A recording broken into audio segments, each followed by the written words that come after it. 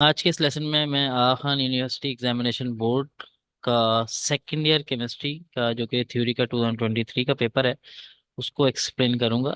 चलते हैं पहले क्वेश्चन की तरफ। हमारा पहला क्वेश्चन है, the halogen that can not oxidise other halide ion is. अच्छा, यहाँ हमें एक ये कहा गया है कि वो कौन सा हैलोजन है जो कि दूसरे हैलोजन्स को ऑक्सीडाइज नहीं कर सकता। यहाँ कुछ ऑर्डर हमारा अपोजिट है।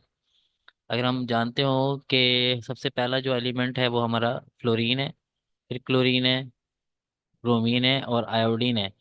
फ्लोरीन जो एलिमेंट है वो इजीली तमाम एलिमेंट्स यानी कि इससे जो बिलो वाले एलिमेंट होते हैं उन सब एलिमेंट्स की ऑक्सीडेशन कर सकता है। क्योंकि रीज़न बहुत सिंपल सा है कि फ्लोरीन जो है हाईली इलेक्ट्रोनेगेटिव है। इसी तरीके से क्लोरीन की अगर हम बात करें कि क्लोरीन आसानी से ब्रोमीन और आयोडीन की ऑक्सीडेशन कर सकता है, ब्रोमीन की बात करें तो वो आयोडीन की कर सकता है। लेकिन आयोडीन इस लिस्ट में सबसे नीचे होने की वजह से किसी की भी ऑक्सीडेशन, इनमें से किसी की भी ऑक्सीडेशन नहीं कर सकता। तो जो हमारा ऑप्शन बनता है आयोडीन करेक्ट है, और आयोडीन जो है ऑप्शन ए में करेक्ट लिखा हुआ है। नेक्स्ट क्वेश्चन है, based on the presence of vacant d orbital in chlorine atom it show all of the following oxidation state except. अच्छा, अब ये सारी ऑक्सीडेशन स्टेट हमें बताई गई हैं। अगर हम इलेक्ट्रॉनिक कॉन्फ़िगरेशन के लास्ट के शेल रिमेंबर रखें, क्लोरीन के लास्ट शेल क्योंकि ये 7 ग्रुप का है, तो ये 3s में 2 इलेक्ट्रॉन होते हैं। इसी तरह से 3p में हमारे पास 5 इलेक्ट्रॉन्स होते हैं। ठीक है। तो और इसका जो 3d है वो वैकेंट होता है, उसमें कोई इलेक्ट्रॉन नहीं होता। अच्छा, इस रिस्पेक्ट से देखें, हमारे पास जो इसकी सी वाली ऑक्सीडेशन स्टेट है वो तो ऑलरेडी हम जानते हैं कि जो 7 ग्रुप एलिमेंट्स हैं उनकी -1 ऑक्सीडेशन स्टेट होती है क्योंकि वो एक इलेक्ट्रॉन गेन करते हैं। अच्छा, अब 3d ऑर्बिटल का एम्प्टी होना बेसिकली ये हमें फेवर करता है पॉजिटिव ऑक्सीडेशन स्टेट को। तो +3 भी पॉसिबल है, +5 भी पॉसिबल, लेकिन कभी ऐसा नहीं हो सकता कि क्लोरीन जो है वो 6 के 6 इलेक्ट्रॉन गेन कर ले और -6 ऑक्सीडेशन स्टेट शो करे। ऐसा कोई एलिमेंट है ही नहीं। तो इस रिस्पेक्ट से हमारा जो इस क्वेश्चन का आंसर बनता है वो ऑप्शन डी बनता है, क्योंकि हमसे यहाँ एक एक्सेप्शनल केस या कोई ऐसी बात पूछी गई जो इनसे आउट हो बिल्कुल। तो नेक्स्ट क्वेश्चन की तरफ चलते हैं। नेक्स्ट क्वेश्चन नंबर हमारा जो है वो क्वेश्चन नंबर 3 है। क्वेश्चन नंबर 3 में है, an atom of caesium lose in an electron more readily than the atom of lithium although they both belongs to 1a group, this is because cesium possess। अच्छा, अब यहाँ पर एक चीज हमें क्लियर होनी चाहिए कि जो लिथियम है वो टॉप का एलिमेंट है, सीजियम ऑलमोस्ट बॉटम का है। इसके नीचे फ्रेंसियम भी होता है जिसको हम के 1a ग्रुप में इंक्लूड नहीं करते। लेकिन कंपेरेटिवली हमारा टॉप पे लिथियम है और बॉटम पे सीजियम है। जब टॉप टू बॉटम हम मूव करते हैं इन अ ग्रुप, तो बेसिकली हो क्या रहा होता है, जैसे लिथियम है इसके पास सिर्फ 2 शेल्स हैं, फिर उसके बाद जो नेक्स्ट एलिमेंट होगा उसमें नंबर ऑफ शेल एक बढ़ जाएगा। तो सीजियम में ऑलमोस्ट अगर मैं ये कहूँ कि नंबर ऑफ शेल 6 होते हैं, 1 2 3 4 5, एक और ऐड कर दूंगा, 6 शेल्स होते हैं। 6 शेल होने की वजह से क्या होता है कि जो लास्ट शेल का इलेक्ट्रॉन है, एक तो इसको बहुत स्ट्रॉन्ग शील्डिंग इफेक्ट मिलता है। क्योंकि जो शील्डिंग इफेक्ट किसे कहते हैं कि जो इनर इलेक्ट्रॉन जो है वो रिपेल करते हैं आउटर मोस्ट इलेक्ट्रॉन को, तो शील्डिंग इफेक्ट इसको हायर मिलेगा। तो इसका मतलब है इस रिस्पेक्ट से अगर मैं डायरेक्टली देखूं तो ऑप्शन बी और सी करेक्ट हो सकता है। लेकिन अब शील्डिंग इफेक्ट से क्या होगा, ये इलेक्ट्रॉन आपके ख्याल में इजीली रिमूव होगा या हमें इसको रिमूव करने के लिए ज्यादा एनर्जी चाहिए होगी, मतलब मुश्किल से रिमूव होगा। तो इसका सिंपल सा आंसर यही है कि due to strong higher shielding effect ये आसानी से रिमूव होगा, इसे हमें कम एनर्जी चाहिए होगी। तो इस रिस्पेक्ट से ऑप्शन बी इसका करेक्ट आंसर है। नेक्स्ट क्वेश्चन 4 में हमें कहा है, the oxide of element x has a giant structure while its chlorides can readily be hydrolyzed based on the given information। अच्छा, हमें यहाँ ये बात क्लियर होनी चाहिए कि जब हम इस तरह के एलिमेंट्स की यानी कि group 3 basically sorry period 3 element के ऑक्साइड जो हम स्टडी कर रहे होते हैं तो उसमें हर एक ऑक्साइड हम का फॉर्मूला हमें क्लियर होता है। तो जो सबसे पहला एलिमेंट है वो हमारा है SiO2। अच्छा, इसके बारे में हम स्टडी करते हैं कि ये जाइंट स्ट्रक्चर होता है SI2, basically this is the formula of sand. तो सैंड का तो ऑलरेडी हमें पता है कि एक जायंट मॉलिक्यूलर स्ट्रक्चर होता है, तो एक कंडीशन तो इस पे फुलफिल होती है। नेक्स्ट अगर हम बात करें कि क्या, नेक्स्ट जो इन्होंने बात की, while its chloride can readily hydrolyse, मतलब SiCl4 की क्या हाइड्रोलिसिस होती है? तो अगर मैं ये कहूँ यस होती है, तो बेसिकली इसका ऑप्शन ए ही हमारा करेक्ट लगता है, लेकिन हम पहले बाकी के ऑप्शन भी चेक कर लेते हैं। अच्छा, कार्बन का जो ऑक्साइड है CO2, ये जाइंट नहीं है, तो पहली कंडीशन वैसे ही फेल हो गई।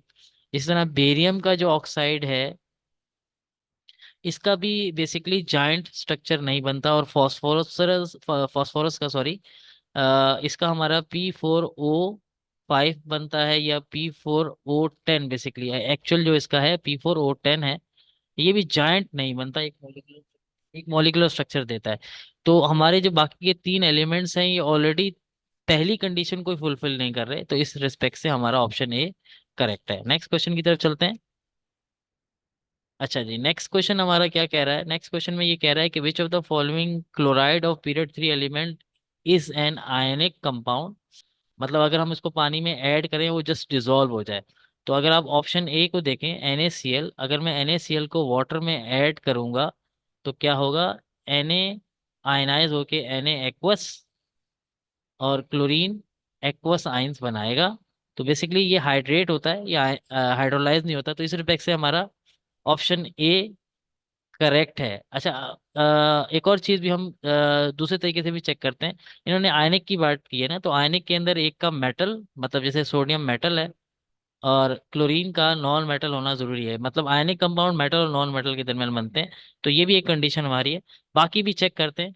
अगर आप देखें SOCl2, SCl2 में S जो है वो हमारा नॉन मेटल है, और क्लोरीन भी नॉन मेटल है, तो ये पॉसिबिलिटी खत्म हो गई। अगर हम फॉस्फोरस की बात करें, फॉस्फोरस हमारा नॉन मेटल है, क्लोरीन ऑलरेडी नॉन मेटल है, ये भी पॉसिबिलिटी नहीं है। अच्छा, अब सिलिकॉन के बारे में अगर हमें ये पता हो कि सिलिकॉन एक मेटलॉइड है, ये मेटल नहीं है, और सिलिकॉन क्लोराइड जो है वो हाइड्रोलाइज होता है, तो ये इसलिए हमारा प्योरली आयनिक कंपाउंड नहीं होगा। तो इस रिस्पेक्ट से BCD ऑप्शन हमारा वैसे भी इनकरेक्ट है, तो ऑप्शन ए करेक्ट है। नेक्स्ट क्वेश्चन नंबर 6 में देखते हैं।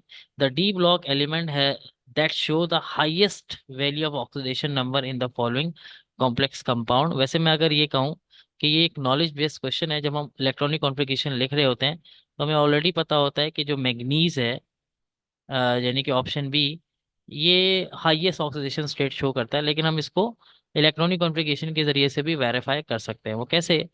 कि जिसकी जो लास्ट शेल इलेक्ट्रॉनिक कॉन्फ़िगरेशन बनती है, इसका एटॉमिक नंबर 25 है, तो 4s2, और हमारा होता है 3D के, अगर मैं 5 ऑर्बिटल डायरेक्टली बना देता हूँ, 1 2 3 4 5, इसको मैं इरेज कर देता हूँ, ज़्यादा ही इरेज हो गया है ये।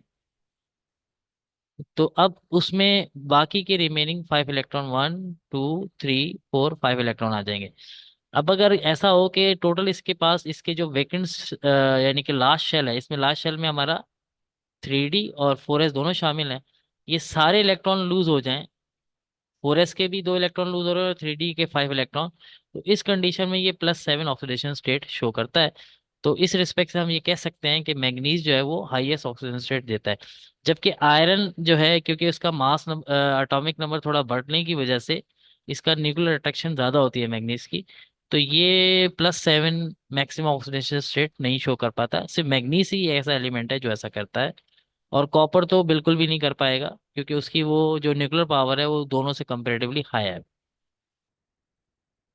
नेक्स्ट क्वेश्चन हमारा क्वेश्चन नंबर 7 है। द कंपाउंड ऑफ प्लैटिनियम है द कोऑर्डिनेशन नंबर 6। इसका मतलब है इसके साथ 6 लिगेंड्स ने 6 इलेक्ट्रॉन पेयर डोनेट किए हुए हैं, या ये भी हो सकता है। तो टोटल इलेक्ट्रॉन पेयर जो डोनेट हुए हैं वो 6 हुए हैं एज अ लिगेंड के तौर पे। कंटेन 1 कैटाइन, अच्छा 1 कैटाइन होगा, ठीक है। 2 क्लोराइड आइन, अच्छा क्लोराइड आइन का मतलब है इसमें 2 एनाइंस हैं, बाकी लिगेंड्स होंगे। अच्छा, अब यहाँ पर अगर, और this compound is form as the result of combination of platinum 4 chloride with ammonia. अच्छा, प्लैटिनियम 4 क्लोराइड हमारा क्या होगा? जिसमें प्लैटिनियम के साथ 4 क्लोरीन लगे हुए होंगे, और फिर इसके साथ हमने अमोनिया का रिएक्शन करवाया होगा। ठीक है, फिलहाल तो हमारे सारे ही ऐसे लग रहे हैं कि जैसे, क्योंकि इसमें 4 क्लोरीन ऑलरेडी अटैच हैं। अच्छा, अब एक चीज हमें क्लियरली कंप्लीट करनी है। नंबर वन, इसमें दो हमारे एनाइंस हैं और वो भी क्लोरीन के। तो अगर मैं यहाँ से दो एनाइन कम कर देता हूँ, तो ये क्लोरीन के दो दो क्लोरीन जो हमारे हो जाएंगे। अगर मैं इसका सेपरेट लिख लूँ, तो दो क्लोरीन तो हमारे एनाइन है, एनाइन को ए से रिप्रेजेंट कर रहा हूँ, और दो हमारे लिगेंड है। और यहाँ टोटल लिगेंड हमारे कितने हो जाएंगे, 2 + 3, 5 लिगेंड हो जाएंगे, अगर मैं ऑप्शन ए की बात करता हूँ। और हमें ये पता होना चाहिए कि क्लोरीन जो है एज अ लिगेंड एक इलेक्ट्रॉन पेयर डोनेट करता है। सिमिलरली अमोनिया भी एक इलेक्ट्रॉन पेयर डोनेट करता है।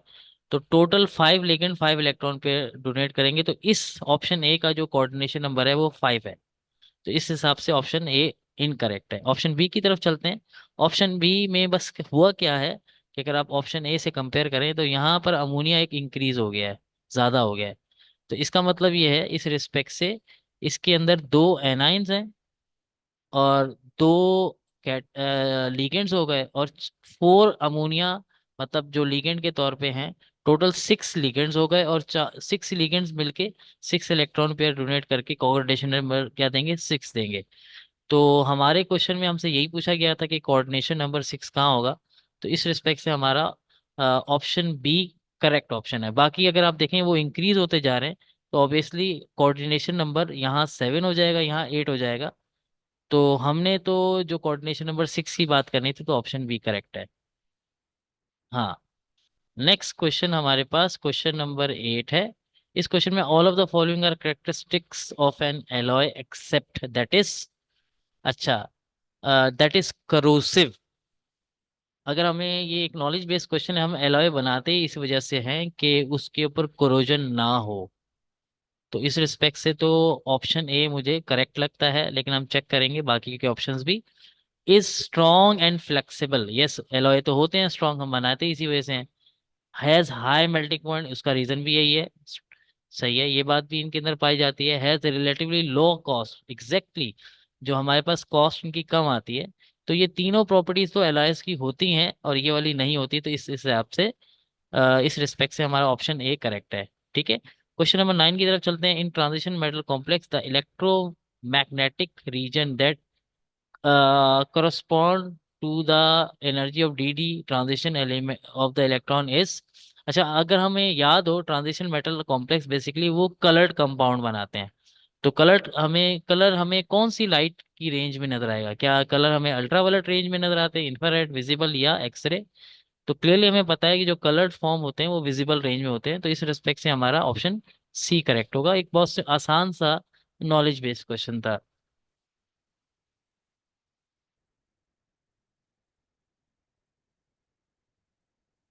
अच्छा जी, क्वेश्चन नंबर हमारे पास है next, question number 10। In the given structure the carbon which make this compound optically active is labelled as, अच्छा, इसमें हमारे पास यहाँ 1, 2, 3, 4, यहाँ पर हमारे सामने ये कार्बन एटम को बेसिकली क्या किया गया है, कार्बन एटम्स को हाईलाइट किया गया है। अब अगर हम किसी के बारे में ये कह दें कि वो ऑप्टिकली एक्टिव है, यानी कि एक और वो कार्बन, कौन सा कार्बन होता है जो किसी भी चीज को ऑप्टिकली एक्टिव करता है, उसको हम कहते हैं कायरल कार्बन। और कायरल कार्बन किसे कहते हैं, जिसके सराउंडिंग में 4 डिफरेंट ग्रुप्स हों। तो हम वन बाय वन सारे ग्रुप्स को चेक करेंगे।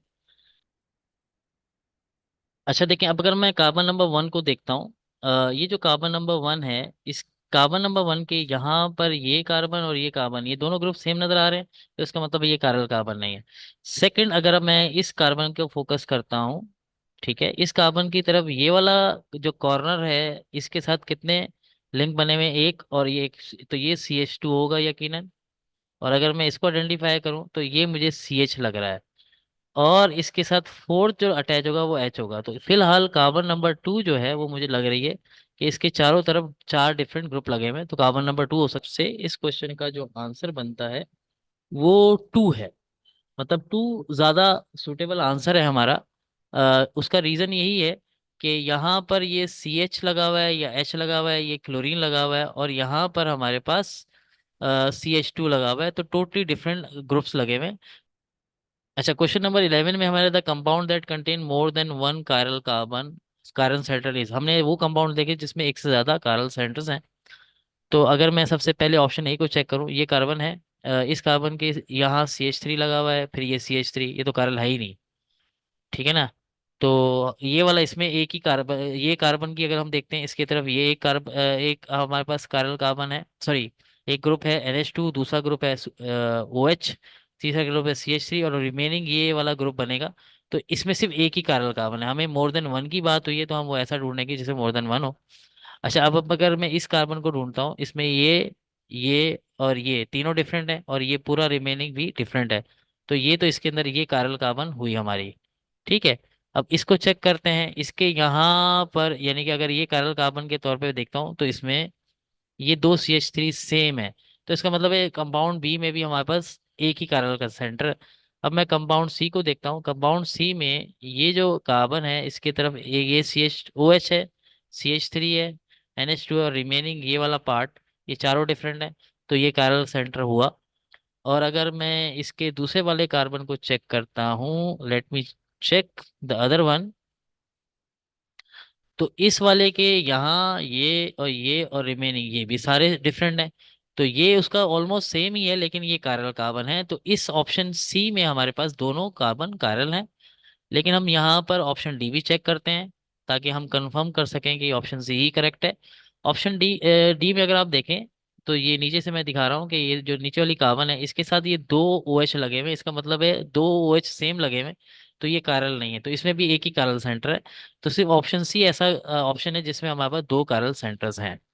नेक्स्ट क्वेश्चन, क्वेश्चन नंबर 12 है, in the given structure of glutamine amino acid the encircled functional group is.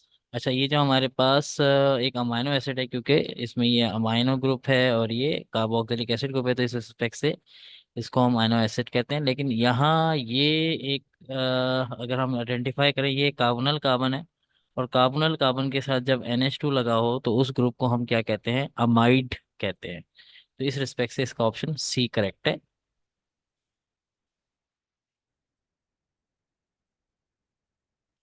अच्छा, अब यहाँ जो नेक्स्ट क्वेश्चन हमारे सामने आ रहा है, इसमें लिखा हुआ है, use the given information to answer question number 13 and 14। मतलब जो भी इंफॉर्मेशन है वो क्वेश्चन नंबर 13 एंड 14 दोनों में चलेगी। तो पहले हम क्वेश्चन इंफॉर्मेशन पढ़ लेते हैं। इंफॉर्मेशन क्या कहती है, consider the following electrophilic substitution reaction of methyl benzene. ठीक है जी। ये हमारा मिथाइल बेंजीन है, और हमारे पास ये इसका रिएजेंट दिया हुआ है। और अगर हम याद हो, AlCl3 जो है इसका लिविस एसिड जो कि कैटलिस्ट के तौर पे दिया हुआ है। ठीक है। तो अगर हमें ये भी याद हो कि ऑलरेडी बेंजीन रिंग पे अगर कोई ग्रुप लगा हुआ होता है, तो नेक्स्ट जो भी ग्रुप अटैच होता है वो इसकी रिस्पेक्ट से होता है। तो या तो ये एक्टिवेटिंग ग्रुप हो सकता है, ऑर्थोपैरा डायरेक्टर हो सकता है, या मेटा डायरेक्टर हो सकता है। अच्छा, चलिए पहले हम क्वेश्चन नंबर 13 को देखते हैं। इन सारी इन्फॉर्मेशन को हम बाद में डिस्कस कर लेंगे। In the given reaction aluminium chloride act as an. अच्छा, अभी हम ऑलरेडी बात कर चुके हैं कि एल्युमिनियम क्लोराइड जो है वो हमारा कैटलिस्ट या लिविस एसिड, अगर इसका दो भी अगर इन्होंने ये दिया होता तो वो भी सही था। लेकिन जो क्योंकि हमारे पास ये कैटलिस्ट के तौर पे काम कर रहा है तो हम इसको कैटलिस्ट कहेंगे, ऑप्शन बी करेक्ट है। अब नेक्स्ट देखते हैं कि नेक्स्ट हमें क्या कहा गया है, क्या हमें ऑर्थोपैरा डायरेक्टर की बात पूछी भी गई है या नहीं पूछी गई है। अच्छा, which of the following is most stable and major product for this reaction. ठीक है जी। अब यहाँ पर हमें ये बात क्लियर होनी चाहिए कि यहाँ पर चूंकि ये जो ग्रुप लगा हुआ है, ये ग्रुप हमारे पास ऑर्थो पैरा डायरेक्टर है या मेटा डायरेक्टर है। क्योंकि हमारे पास डायरेक्शन के हिसाब से सिर्फ दो ही ग्रुप बनते हैं। अच्छा, अब सबसे आसान चीज जो हमें याद होनी चाहिए कि जो भी एटम चाहे वो कार्बन है या कोई भी जो भी बेंजीन रिंग से अटैच है, उस पे हम ये अगर आइडेंटिफाई कर लें कि इस पे पार्शियल पॉजिटिव चार्ज है या पार्शियल नेगेटिव है, तो हमारे लिए बहुत आसानी हो जाएगी। अगर यहाँ पर देखें ये CH3, अगर मैं इस कार्बन को हाइड्रोजन से कंपेयर करूं तो कार्बन की इलेक्ट्रोनेगेटिविटी हाइड्रोजन से ज़्यादा होती है। तो इस वक्त इस पे पार्शियल नेगेटिव चार्ज है, और ये कार्बन डायरेक्टली बेंजीन रिंग से अटैच है। तो एक ऐसा एटम जो इस वक्त पार्शियल नेगेटिव चार्ज कैरी कर रहा है, बेंजीन रिंग से अटैच है, ये होता है ऑर्थो पैरा डायरेक्टर। और ये नए आने वाले ग्रुप को, या तो ये जो ऑर्थो की पोजीशन हमारी ये 2 और 6 है, 2 और 6 पोजीशन ऑर्थो की पोजीशन होती है। और जो इसके बाद ये फोर्थ, सॉरी ये 6 लिखना था मैंने, जो फोर्थ पोजीशन होती है यहाँ, इसको पैरा पोजीशन कहते हैं, यहाँ पर भेजेगा। या तो हमारा नया आने वाला ग्रुप 2 पे लगेगा, या 4 पे लगेगा, या 6 पे लगेगा। अच्छा, एक और इन्फॉर्मेशन मैं दे दूं कि नॉर्मली जो ऑर्थो पैरा डायरेक्टर होते हैं वो एक्टिवेटिंग होते हैं, मतलब वो हमारे पास बेंजीन की रिएक्टिविटी बढ़ा देते हैं। फिलहाल हमारा इसका इसका एक्टिवेटिंग का इस क्वेश्चन से ताल्लुक नहीं है। अब हमने असल में इसका मेजर प्रोडक्ट निकालना है। अच्छा, अब सवाल ये है कि जब CH3Cl AlCl3 की मौजूदगी में रिएक्ट करेगा तो हमारा CH3 या Cl, इन दोनों में से कौन सी चीज जाके अटैच होगी। देखिए, AlCl3 जो है as a Lewis acid chlorine को अपने साथ अटैच करेगा, और CH3 एज अ इलेक्ट्रोफाइल जाकर या तो पोजीशन 2 पे लगेगा या 4 पे। तो मेरे पास दो प्रोडक्ट पॉसिबल हैं, मैं दोनों ही बना लेता हूँ। एक मेरा CH3 सेकंड पे लग सकता है, या फिर हमारा जो मेजर प्रोडक्ट होगा वो मेजर प्रोडक्ट हमारा फोर्थ पोजीशन पे लग सकता है। तो अब हम देखते हैं हमारा आंसर क्या बनता है।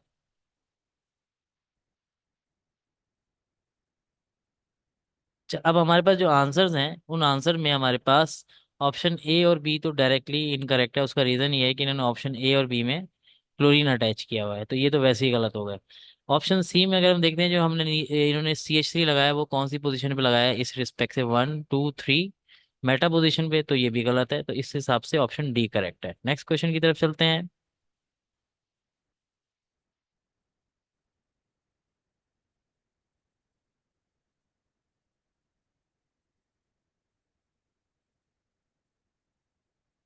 नेक्स्ट क्वेश्चन हमारे पास है, the total number of sigma bond in benzene molecule is.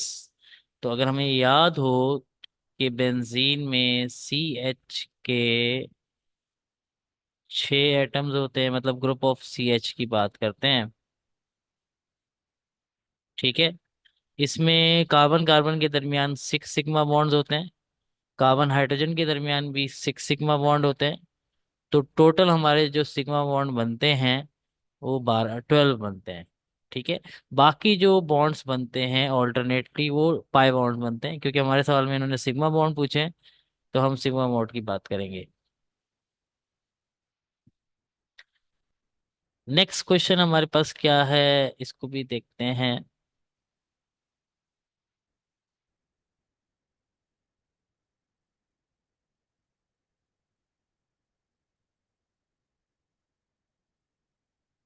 अच्छा जी, नेक्स्ट क्वेश्चन नंबर 16 में हमसे कहा जा रहा है कि the which of the following substituent on benzene ring will make it least reactive in the electrophilic substitution reaction. अभी पहले मैंने डिस्कस किया था कि वो ग्रुप जो ऑर्थो पैरा डायरेक्टर होता है वो बेंजीन रिंग तो एक्टिवेट कर देता है, तो जो उसका अपोजिट ग्रुप होता है जिसको हम मेटा डायरेक्टिंग ग्रुप कहते हैं वो बेंजीन रिंग को डीएक्टिवेट कर देता है। अच्छा, अगर हम यहाँ पर देखें अगेन, ये कार्बन है, इस कार्बन पे हमारे इलेक्ट्रोनेगेटिविटी के रिस्पेक्ट से क्या चार्ज होना चाहिए, पार्शियल नेगेटिव, क्योंकि इसके साथ 2 हाइड्रोजन अटैच हैं। अच्छा, इस कार्बन में क्या चार्ज होना चाहिए, पार्शियल पॉजिटिव, क्योंकि इसके साथ ऑक्सीजन अटैच है। और इस ऑक्सीजन पे तो ऑलरेडी नेगेटिव चार्ज होगा पार्शियल। और अगर क्लोरीन की बात करें तो ये भी पार्शियल नेगेटिव होगा। तो अगर वैसे देखा जाए तो ये जो ग्रुप है, ये जो कार्बन है जिसमें पार्शियल पॉजिटिव चार्ज है, तो ये हमारा मेटा डायरेक्टर है, और मेटा डायरेक्टर ही बेंजीन रिंग को लीस्ट रिएक्टिव कर देते हैं और मोर स्टेबल कर देते हैं। ऑप्शन बी करेक्ट है। अच्छा जी, नेक्स्ट क्वेश्चन क्या हमारे पास है, which of the following step in water purification remove H2S gas and volatile organic compound. मतलब वो कौन सा प्रोसेस है जिसके जरिए से वाटर के प्यूरिफिकेशन में हम H2S गैस को रिमूव करते हैं और ऑर्गेनिक वोलेटाइल ऑर्गेनिक सॉल्वेंट्स को रिमूव करते हैं। तो इसका ऑप्शन अगर हमें ये याद हो, इसका ऑप्शन जो है वो ए ही करेक्ट है, एरेशन। इसमें क्योंकि एयर पास की जाती है, एयर पास करने से बैक्टीरिया ग्रो करता है, बैक्टीरिया H2S गैस को रिमूव करता है और जो भी वॉलेटाइल ऑर्गेनिक कंपाउंड्स है उसको वो रिमूव करता है। कोagulation में तो हमारे पास हमने सेडिमेंटेशन करनी होती है, वो तो सॉलिड पार्टिकल्स के लिए होता है। क्लोरीनेशन पैथोजेंस को किल करता है, और प्रेसिपिटेशन भी एक किस्म का कोagulation है ही है। तो इस हिसाब से ये तीनों ऑप्शन तो करेक्ट नहीं हो सकते। नेक्स्ट क्वेश्चन की तरफ चलते हैं।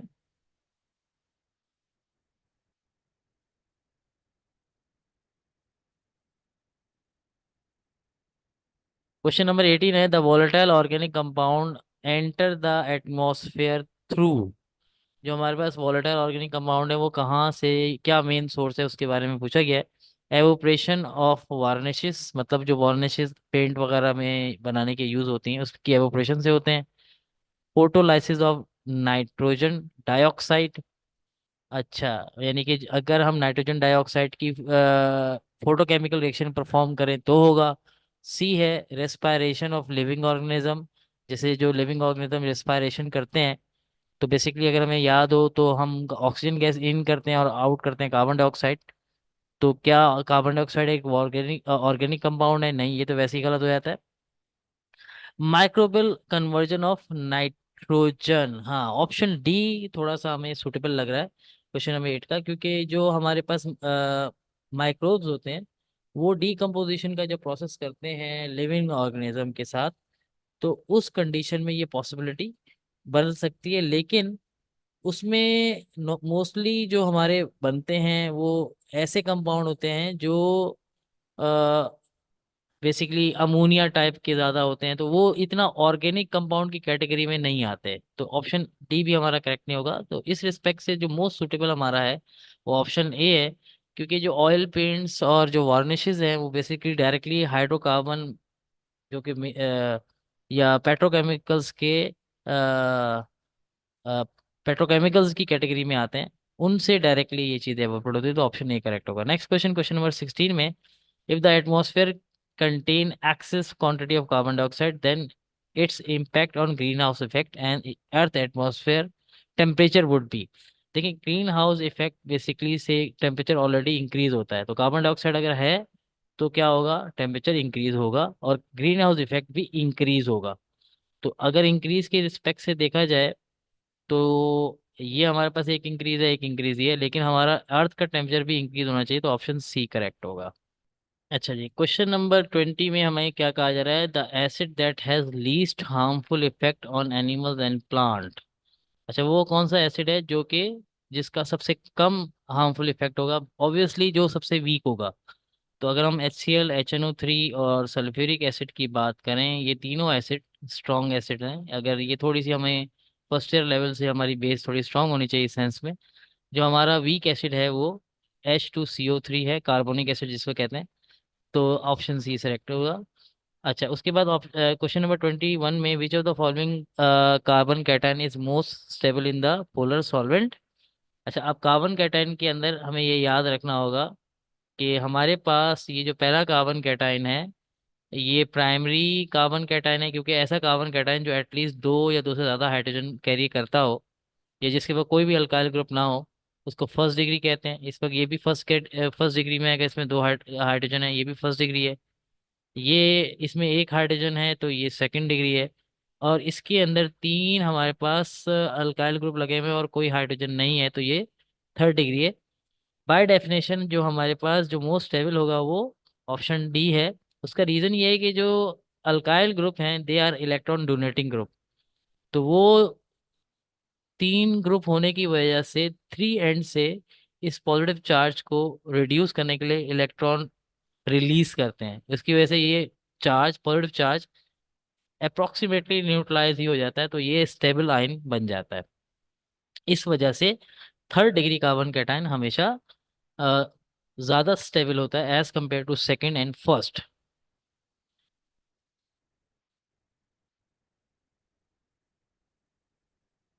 नेक्स्ट हमारे पास जो क्वेश्चन है, the correct decreasing order of reactivity of alkyl halide is.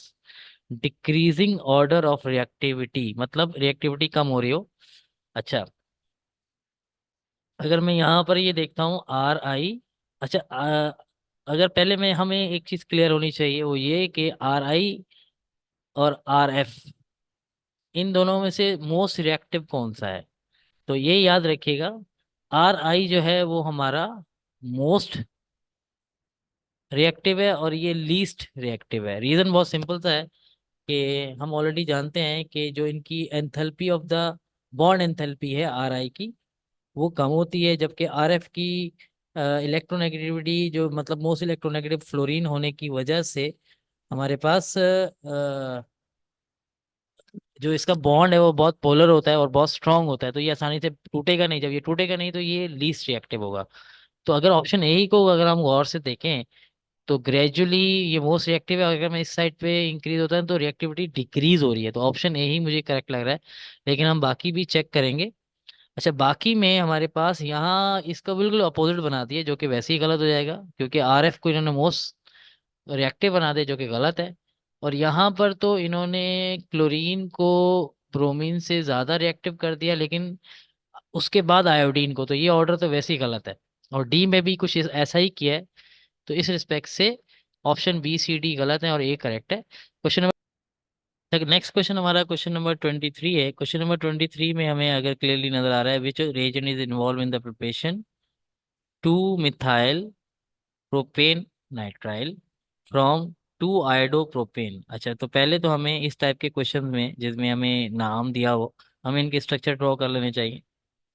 तो 2 आयोडोप्रोपेन में पहले मैं प्रोपेन ड्रॉ करूंगा। ये हमारा हो गया C C C। इसको मैं रेड से शो कर देता हूँ, C C। अच्छा, सेकंड नंबर पे मेरा क्या लगा हुआ है, आयोडीन लगा हुआ है। तो जब हमारा स्ट्रक्चर कंप्लीट हो जाए तो रिमेनिंग हम इसमें हाइड्रोजन फिल कर देते हैं। तो ये हो जाएगा CH3। यहाँ एक H आएगा और ये हमारा CH3 हो जाएगा। इससे हमने क्या बनाना है, इससे हमने बनाना है 2 मिथाइल प्रोपेन नाइट्राइल, मतलब वही हमारा 3 कार्बन वाला 2 पे मिथाइल है। और हमारा प्रोपेन नाइट्राइल जो है कुछ इस तरह से होगा। ये है प्रोपेन नाइट्राइल। ठीक है, हमने ये चीज बनानी है। तो पहले तो हमें ये स्ट्रक्चर ड्रॉ करना आना चाहिए। अब अगर हम गौर से देखें, यहाँ पर आयोडीन को रिप्लेस किया है साइनाइड ने, तो इसका मतलब है ये हमारे सब्स्टिट्यूशन हुई है। और सब्स्टिट्यूशन के लिए जो हम रिएजेंट यूज करेंगे, अमोनिया नहीं यूज करेंगे, KCN। यस, KCN अगर हम यूज करेंगे तो KCN बेसिकली आयोडीन को हटा के यहाँ पर CN लग जाएगा, तो ऑप्शन बी हमारा करेक्ट होगा।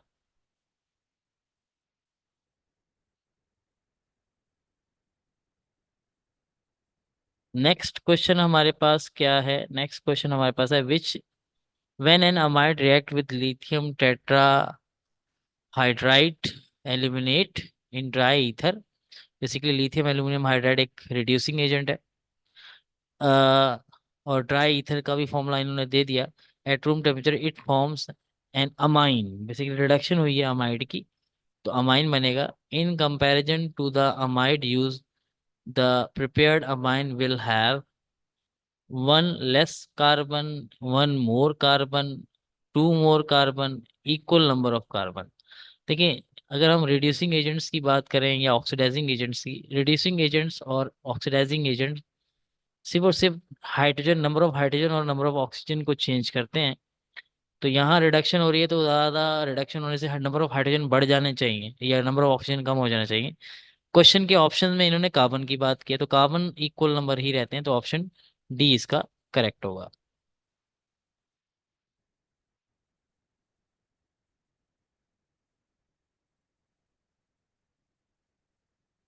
क्वेश्चन नंबर 25 में हमसे क्या डिमांड की गई है, which of the following option is false with reference to the presence of carboxylic acid in different natural product. मतलब ऐसी क्या बात है जो कि बिल्कुल गलत है नेचुरल प्रोडक्ट में, क्योंकि एक लिस्ट हमें याद होनी चाहिए कौन कौन सी नेचुरल प्रोडक्ट में कौन कौन से टाइप का कार्बोक्सिलिक एसिड पाया जाता है। अच्छा, अगर हम ऑप्शन ए देखें, एसिटिक एसिड मिल्क, तो मिल्क में आई थिंक अगर हमें याद हो तो उसमें एसिटिक एसिड नहीं पाया जाता। एक नॉलेज बेस्ड क्वेश्चन है। और इन फॉल्स की बात की तो ऑप्शन ए वैसे भी करेक्ट है। हम बाकी भी चेक कर लेते हैं। ये टार्टरिक एसिड गैस में पाया जाता है। अमाइनो एसिड, क्योंकि प्रोटीन बनाते हैं तो मीट में पाया जाता है, और सिट्रिक एसिड लेमन, बिल्कुल सही। तो ये तीनों अफर्मेशन तो करेक्ट है, हमें फॉल्स ढूंढनी थी, तो ऑप्शन ए करेक्ट है।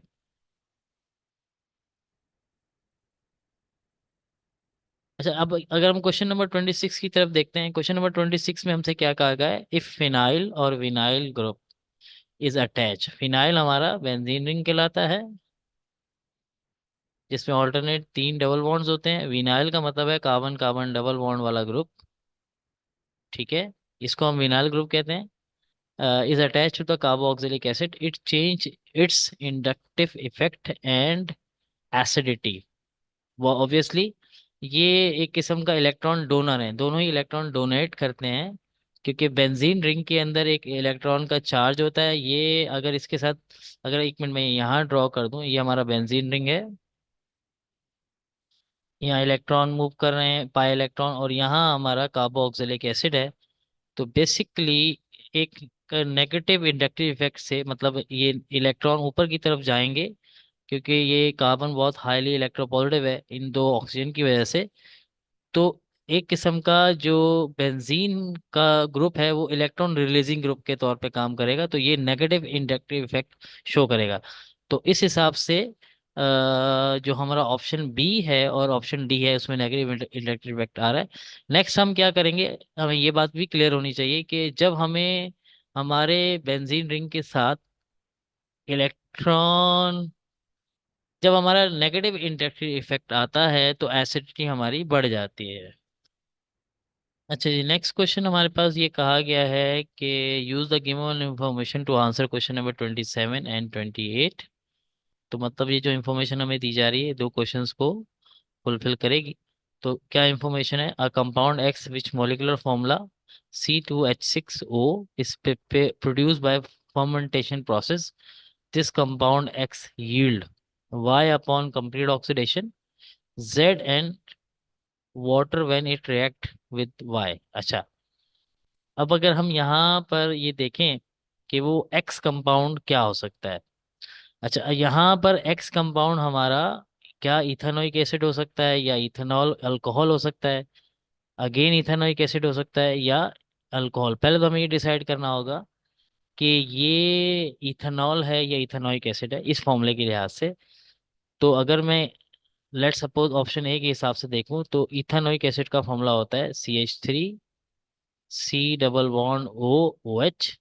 तो इसमें कितने कार्बन है, इसमें 2 कार्बन है, इसमें हमारे पास हाइड्रोजन कितने हैं, इसमें हमारे पास तो हाइड्रोजन 4 हैं और ऑक्सीजन 2 हैं। जबकि ये फॉर्मूला हमें दिया गया है, इसमें तो एक ऑक्सीजन दिया गया है, इसका मतलब है ये इथेनोइक एसिड तो नहीं हो सकता, ठीक है। तो ये हमारा या तो ऑप्शन बी हो सकता है या ऑप्शन डी हो सकता है। अब हम आगे बढ़ते हैं वाई के लिहाज से, कि इसका फर्स्ट इंफॉर्मेशन उन्होंने क्या दी है कि Y upon complete oxidation, Y की यानी कि this compound X yield Y, मतलब ये कंपाउंड जो एक्स वाला जो हमने आइडेंटिफाई किया इथेनॉल, जब हम इसको इस कंपाउंड ये यील्ड करेगा, वाई करेगा यील्ड अपॉन कंप्लीट ऑक्सीडेशन, ठीक है। मतलब अगर एक्स की ऑक्सीडेशन की जाए कंप्लीट तो वो वाई देगा। तो याद रखें, अगर मैं इसको भी ड्रॉ कर दूं तो ज़्यादा बेहतर रहेगा, CH3CH2OH, ये इथेनॉल है और ये प्राइमरी अल्कोहल है। प्राइमरी अल्कोहल को जब हम कंप्लीटली ऑक्सीडाइज करते हैं तो ये कार्बोक्सिलिक एसिड में, मतलब इथेनॉइक एसिड में चेंज हो जाएगा। तो इस रिस्पेक्ट से मैंने ऑप्शन ऑलरेडी शॉर्ट लिस्ट कर लिए थे बी और डी, लेकिन अब हमारा इथेनॉल इथेनॉइक एसिड में चेंज हो गया है, तो ऑप्शन बी ऑलरेडी करेक्ट है। तो यहाँ इंफॉर्मेशन टू की हमें ज़रूरत नहीं पड़ी। अच्छा, लेकिन हम इसको यूज़ करना चाहें तो चेक कर सकते हैं कि ये इन्होंने ये बताया है कि X yield, this compound X yield Z and water when it react with Y. Very good. अच्छा, वाई हमारा इथेनोइक एसिड है, इथेनोइक एसिड जब इथेनॉल से रिएक्ट करेगा तो क्या बनाएगा, एक ईस्टर बनाएगा जिसको इथाइल एथेनोइड कहते हैं, तो बिल्कुल। तो ऑप्शन भी हमारा तमाम कंडीशन पे फुलफिल बनता है। अब हम क्वेश्चन नंबर 28 भी देख लेते हैं। नेक्स्ट इसी इंफॉर्मेशन का क्वेश्चन नंबर 28 देखते हैं, the reaction between X and Y, मतलब एक्स हमें अगर याद हो तो हमारा अल्कोहल है और वाई हमारा कार्बोक्सिलिक एसिड है। तो अगर हमें याद हो कि ये रिएक्शन एक एस्टरिफिकेशन है, तो उन्होंने कहा है कि the reaction between excel is catalysed by, मतलब किस कैटलाइज के जरिए से होता है। ऑप्शन ए में दिया हुआ है डाइल्यूट हाइड्रोक्लोरिक एसिड, ये तो बिल्कुल भी नहीं हो सकता, हम लोग डाइल्यूट हाइड्रोक्लोरिक एसिड यूज नहीं करते। कंसंट्रेटेड सल्फ्यूरिक एसिड, यस, अगर आपको याद हो एस्टरिफिकेशन के लिए हम लोग सल्फ्यूरिक एसिड यूज करते हैं। तो बेसिकली ऑप्शन बी करेक्ट होगा। दूसरे भी चेक कर लेते हैं, एक्वस पोटेशियम हाइड्रोक्साइड, नहीं, हमें बेसिक मीडियम नहीं चाहिए होता है, अल्कलाइन ये भी नहीं चाहिए होता है, तो ऑप्शन बी करेक्ट होगा। अच्छा जी, नेक्स्ट क्वेश्चन हमारे पास क्या कह रहा है, an alcohol that react with concentrated HCl in anhydrous ZnCl2 to form oily layer immediately. अगर हमें ये दोनों रिएजेंट याद हो, ये एक लुकास लुकास टेस्ट होता है, जो कि बेसिकली यूज होता है to identify primary secondary and tertiary alcohol, और जो अल्कोहल इमीडिएटली ऑयली लेयर बनाता है उसको टर्शरी अल्कोहल कहते हैं। तो हमें बस इन ऑप्शन में टर्शरी अल्कोहल को ढूंढना है, वही हमारा आंसर होगा। ऑप्शन डी में ये टर्शरी अल्कोहल है, क्योंकि OH ग्रुप के साथ जो कार्बन है उसके साथ 3 अल्काइल ग्रुप लगे हुए हैं, या कहना ये चाहिए कि इसके साथ कोई हाइड्रोजन अटैच नहीं है। Next question, question number 36, oxime is formed when propanone react with. अच्छा, अब हमें ये चीज़ क्लियर होनी चाहिए कि ऑक्साइम बेसिकली है क्या। ऑक्साइम जो है वो अमोनिया के डेरिवेटिव्स, मतलब जब हम अमोनिया के डेरिवेटिव्स को जब हम एल्डिहाइड या कीटोन से रिएक्ट करवाते हैं तो ऑक्साइम फॉर्म होता है। तो ये चीज़ हमें क्लियर होनी चाहिए, और ये सारे एसिड कैटलाइज रिएक्शंस हैं एल्डिहाइड और कीटोन की रिएक्टिविटी में जब हम ये पढ़ते हैं। अच्छा, अब अगर ये हमें ऑलरेडी पता है कि अमोनिया के डेरिवेटिव्स हैं, तो इस हिसाब से हमारे पास ऑप्शन बी और ऑप्शन सी हमें थोड़ा सा डाउट होता है, क्योंकि उस दोनों में हमारे पास एक तो बी में लिखा हुआ है हाइड्रोक्सिल अमाइन और दूसरा लिखा हुआ है अमोनिया। लेकिन अगर मैं अपनी बात को जो मैंने अभी कही है और थोड़ा सा फोकस करूं कि मैंने कहा अमोनिया के डेरिवेटिव, मैंने यहाँ ये नहीं कहा कि अमोनिया के साथ, तो ऑप्शन बी हमारा करेक्ट होगा। तो याद रखिएगा, हाइड्रोक्सिल अमीन से जब एल्डिहाइड या कीटोन रिएक्ट करते हैं, और क्योंकि ये हमारा कीटोन दिया हुआ है तो ऑक्साइम बनता है। Next question, question number 37, Sonia has to prepare a first degree alcohol from a carboxylic acid by using hydride reagent via aldehyde formation. Which of the following reducing agent would be best would be her best choice to perform the given reaction? अच्छा, अगर हमने carboxylic acid को change करना है alcohol में, तो हमें एक स्ट्रॉन्ग रिड्यूसिंग एजेंट चाहिए होगा। तो देखते हैं अपने ऑप्शंस में। अच्छा, पहला ऑप्शन है सोडियम बोरोहाइड्रेट, ये हमारा स्ट्रॉन्ग रिड्यूसिंग एजेंट नहीं है कि वो कार्बोक्सिलिक एसिड को अल्कोहल में चेंज कर सके, तो ऑप्शन ये गलत होगा। ऑप्शन बी है लिथियम एल्यूमिनियम हाइड्राइड, यस, ये एक स्ट्रॉन्ग रिड्यूसिंग एजेंट है, और ये हमें याद रखना चाहिए कि क्योंकि ये बहुत सारी रिडक्शन में हमारे काम भी आता है। तो ऑप्शन बी करेक्ट हो सकता है। बाकी जो सोडियम हाइड्राइड या बोरोहाइड्रेट है, ये तो बहुत ही वीक रिड्यूसिंग एजेंट होंगे, बल्कि तो रिड्यूसिंग एजेंट की कैटेगरी में भी हम नहीं इनको ऐड करते, तो इस हिसाब से ऑप्शन बी करेक्ट होगा। नेक्स्ट क्वेश्चन की तरफ चलते हैं। नेक्स्ट हमारा क्वेश्चन है question number 38, in the given equation the resultant Z would be. अच्छा, जेड हमारा प्रोडक्ट है और हमारे पास रिएक्टेंट क्या है। रिएक्टेंट मुझे जो नज़र आ रहा है ये हमारा एक सेकेंडरी अल्कोहल है। इसको थोड़ा सा मैं अगर एक्सपेंड करके लिखूं तो ये CH3CHOH है, और ये CH3 है। ये हमारा सेकेंडरी अल्कोहल है, और इसके इस ये सिंबल हमें बताता है कि इसकी ऑक्सीडेशन हो रही है। ठीक है, तो बेसिकली ये इसको किस में कन्वर्ट करेगा जब ये ऑक्सीडाइज हो जाएगा, तो सेकेंडरी अल्कोहल जो है बेसिकली वो कीटोन्स में कन्वर्ट हो जाएगा। तो ये जो है इसका IUPAC नेम, क्योंकि इसमें 3 कार्बन है, प्रोपानॉन होगा, तो ऑप्शन सी करेक्ट होगा। ठीक है, नेक्स्ट क्वेश्चन, क्वेश्चन नंबर 39 में विच of the following nitrogenous base is absent in ribo nucleic acid RNA। अच्छा, ये कुछ हमें जब हम RNA DNA को स्टडी करते हैं तो हमारे पास कुछ लिस्ट ऑफ बेसिस होते हैं जो स्पेसिफिकली RNA में मौजूद होते हैं और DNA में नहीं होते, या DNA में मौजूद होते हैं RNA में। तो यहाँ जो हमें क्वेश्चन पूछा गया है कि RNA में वो कौन सा बेस है जो एब्सेंट होता है, तो RNA में हमारा जो ऑप्शन सी है थाइमाइन एब्सेंट होता है। ये एक नॉलेज बेस्ड क्वेश्चन है, ये हमें इन एटलीस्ट इन बेसिस के बारे में बहुत अच्छी तरीके से आइडिया होना चाहिए। क्वेश्चन नंबर 40 है, compound that are form by the combining glycerol with 3 molecule of fatty acid are called lipids. हमारा ऑप्शन ए करेक्ट है, ये हमें याद होना चाहिए। ग्लाइसरोल बेसिकली इसको ट्रायोल भी कहते हैं, जिसमें हमारे 3 OH ग्रुप लगे हुए होते हैं। तो यहाँ पर ये नहीं आएगा, यहाँ पर CH2 आएगा। CH2OH, इसको हम ग्लाइसरोल कहते हैं। और ये जब ये फैटी एसिड से रिएक्ट करता है तो ये ट्राइस्टर बनता है, और ट्राइस्टर को हम बायोकेमिस्ट्री में डिस्क्राइब करते हैं एज अ लिपिड्स। अच्छा, question number 41, the spiral coiling of polypeptide chain in the protein molecule represent it's. अच्छा, अब ये याद रखिएगा कि जो पेप्टाइड बॉन्ड्स होते हैं वो प्राइमरी स्ट्रक्चर बनाते हैं, और जब वो उनके दरमियान पेप्टाइड बॉन्ड्स की वजह से हमारे पास पोलर और नॉन पोलर पार्ट्स जुड़ते हैं, और बाज़ अवत उनके दरमियान डिफरेंट लेयर्स के दरमियान भी पोलैरिटी होने की वजह से, डायपोल डायपोल मूवमेंट की वजह से वो लेयर्स आपस में ज्वाइन हो जाती है। तो might be possible dipole dipole force से वो ज्वाइन हो, या फिर हाइड्रोजन बॉन्डिंग से।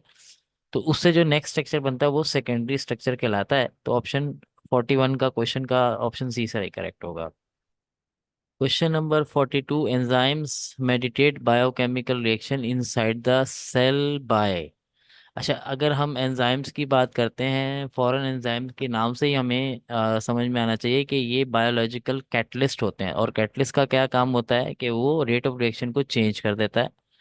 तो ऑप्शन ए अगर हम देखें, उसमें ऑलरेडी लिखा हुआ है ऑल्टरिंग देयर रेट्स, तो ऑप्शन ए ही करेक्ट होगा। बाकी ये पीएच में चेंज नहीं करते, ना इक्विलिब्रियम स्टेट पे, ना ही एक्टिवेशन एनर्जी भी। तो ऑप्शन ए करेक्ट होगा। क्वेश्चन नंबर 43 है, the characteristic of a thermoplastic synthetic adhesive is are. अच्छा, थर्मोप्लास्टिक क्या होते हैं? ये बेसिकली सॉफ्ट प्लास्टिक होते हैं, और ड्यूरेबल होते हैं, और मॉडिफिकेशन विदाउट डिग्रेडेशन हो सकती है, लेकिन ये हीट रेजिस्टेंस नहीं होते। तो ऑप्शन जो है ऑप्शन ए करेक्ट होगा।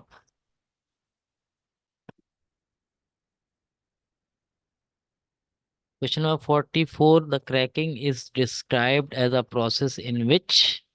ये अगर हमें क्रैकिंग की डेफिनेशन याद हो तो ऑप्शन ए इस हिसाब से करेक्ट है। इन क्रैकिंग क्या होता है, heavy molecule are broken up into lighter molecule. तो डायरेक्टली हमारा ऑप्शन ए करेक्ट है। हम बाकी के ऑप्शन चेक करते हैं। लार्ज मॉलिक्यूल आर सिंथेसाइज, नहीं, ये तो पॉलीमराइजेशन होती है। Open chain molecule are transfer into cyclic, ऐसा भी नहीं होता। Molecule of different densities are separated by spinning at high speed, नहीं, ऐसा नहीं होता। ऑप्शन यही हमारा करेक्ट है। अच्छा, क्वेश्चन नंबर 45 है, nylon 66 is a polymer which is form by the combination of. अच्छा, ये हमारा बहुत सिंपल सा क्वेश्चन है, और बहुत इंपॉर्टेंट एसएलओ भी है, जो हमें क्लियरली पता होना चाहिए कि नाइलॉन 66 से क्या रिएजेंट है। तो पहला रिएजेंट तो हमारा यही है, एडियाबैक एसिड। एडियाबैक एसिड में हमारे पास 6 कार्बन होते हैं, और ये डाइओइक एसिड है। और दूसरा हेक्सा मिथाइलिन डायमाइन, जिसमें भी 6 कार्बन है और 2 अमाइनो ग्रुप टर्मिनल्स पे लगे हुए होते हैं। तो ये 2 रिएजेंट ही इसको बनाते हैं। तो ऑप्शन जो है हमारा सी करेक्ट होगा, 1 और 3 जिसमें आ रहा है। क्वेश्चन नंबर 46 है, a home garden can be protected from aphids, ants, beetles and other pests in an eco-friendly, low cost and organic way। जो ये भी एक नॉलेज बेस क्वेश्चन है, लेकिन इन्होंने क्या किया, all of the following aerosol can be use for the given purpose except. अच्छा, यानी कि जो बिल्कुल इफेक्ट नहीं करेगा। अगर हम ऑलिव ऑयल की बात करेंगे, ये तो बहुत ज़्यादा यानी कि थिक गाढ़ा ऑयल होता है, या इसकी डेंसिटी हाई होती है, तो ये तो हम इस पर्पस के लिए यूज़ नहीं करें। तो ऑप्शन ए हमारा करेक्ट है। बाकी के भी चेक कर लेते हैं। क्लोव ऑयल, एनोन एक्सट्रैक्ट, गार्लिक। अच्छा, ये तो सब हाईली यानी कि इंसेक्ट किलर होते हैं। तो ऑप्शन बी सी डी तो हो नहीं सकता, क्योंकि हम एक्सेप्शन की बात कर रहे हैं। अच्छा, ऑप्शन नेक्स्ट क्वेश्चन है 47, all of the following are example of synthetic polymer except. अच्छा, हम सिंथेटिक फाइबर उसको कहते हैं कि जो सिंथेटिक पॉलीमर, सॉरी, उसको कहते हैं कि जो कि हम लैब में भी बना सकते हैं। तो सबसे पहले हम बात करते हैं नायलॉन। ऑलरेडी ऊपर हम बात कर चुके हैं, ये लैब में बनता है। तो ये नहीं होगा। सेल्यूलोज, सेल्यूलोज बेसिकली ये हमारा एक नेचुरल पॉलीमर है, तो ऑप्शन बी करेक्ट हो सकता है। अच्छा, बाकी के ऑप्शन, एपॉक्सी रीजन ये भी ह्यूमंस है, मैन मेड है, और पॉलीविनाइल ये भी मैन मेड है, तो बेसिकली ये सब सिंथेटिक फाइबर्स हैं, तो ऑप्शन बी ही करेक्ट होगा। नेक्स्ट क्वेश्चन, क्वेश्चन नंबर 48 है, in atomic absorption spectroscopy the type, may be type ज़्यादा भी हो सकती है, of transition involve is are. अच्छा, याद रखें कि एटॉमिक एब्जॉर्प्शन में हमेशा इलेक्ट्रॉन एनर्जी एब्जॉर्ब करते हैं, तो ऑप्शन वन तो करेक्ट है। वाइब्रेशनल और रोटेशनल नहीं होती, तो इस रिस्पेक्ट से हमारा ऑप्शन ए करेक्ट होगा। अच्छा, यहाँ हमारे पास ये एक एनालिटिकल केमिस्ट्री का आईआर स्पेक्ट्रम दिया हुआ है, the band of infer the C O stretching vibration in the given IR spectrum of acetone is. तो अगर ये बात हमें याद हो कि सीओ की स्ट्रेचिंग जो है वो अराउंड 1630 से 1730 या इसी के नियर की वैल्यूज के करीब होती, तो ऑप्शन सी इसका करेक्ट आंसर होगा, क्योंकि सी डबल बॉन्ड हो जिसको हम कार्बोनल कार्बन कहते हैं, कि स्ट्रेचिंग यहीं पर हमें इसी तरह से मिलती है। नेक्स्ट क्वेश्चन की तरफ चलते हैं। अच्छा, नेक्स्ट क्वेश्चन हमारे पास है कि scientist burn an organic compound through combustion analysis to determine the percentage of carbon, hydrogen and oxygen present in it. The products he she will obtain during the combustion analysis are। अच्छा, अगर हम यहाँ complete combustion की बात करते हैं, तो याद रखिएगा कि हमें कंप्लीट कंबशन से कभी भी ऑक्सीजन हासिल नहीं होगी, या फिर जो भी अगर हम हाइड्रोकार्बन को कंबस्ट कर रहे हैं तो वो खुद हाइड्रोकार्बन भी नहीं मिलेगा। और वैसे भी कंबशन एनालिसिस में हम जो सैंपल को पास करते हैं, यू जो कि जिनका काम ही सिर्फ और सिर्फ कार्बन डाइऑक्साइड और वाटर को एब्जॉर्ब करना होता है, तो हमें रिजल्ट में सिर्फ यही दोनों मिलेंगे। तो इस हिसाब से ऑप्शन डी करेक्ट होगा। तो ओके स्टूडेंट, ये हमारा पूरे पेपर यानी कि पेपर 2023 का सोल्यूशन था। Thank you.